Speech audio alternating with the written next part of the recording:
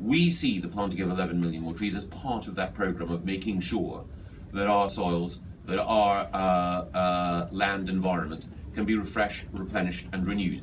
And there are other things as well. In one round table which Helen attended when we were discussing soil health in DEFRA, the point was made by the Centre for Ecology and Hydrology that we have not had for 10 years now effective monitoring of our soils. And when I asked the centre how much was needed in order to ensure that we could do that, I was told it was simply £200,000.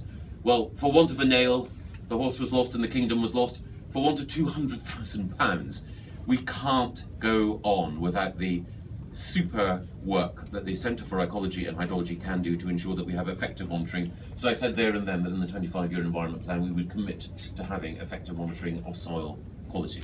But more than that, it's not just what's already in hand and what we want to measure in the future, it's also, as Patrick said, what we want to incentivise in the future. And we all know that while farmers are, in the words of a friend of mine, the original friends of the earth, we have incentivised and encouraged a type of farming in this country which has damaged the earth.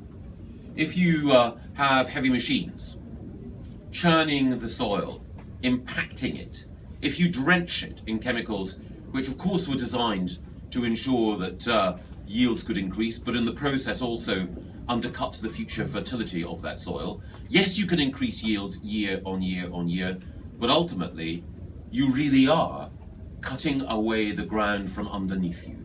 Farmers know that and they want support to change, and that's what we intend to do, not just in the 25-year environment plan, but in the agriculture bill that we want to bring forward and the new form of support that we want to generate.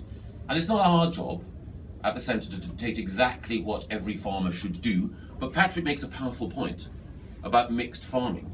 It's not just the case that you are generating from your livestock the means of replenishing your soil as well. It's also the case that mixed farming generates not just improvements for the soil and a sense of balance in the farm itself, it also generates exactly the types of outputs and range of habitats that provide a home for the insects that bring back farmland birds, for the other creatures who in so many parts of this country have found their natural homes denuded and eroded.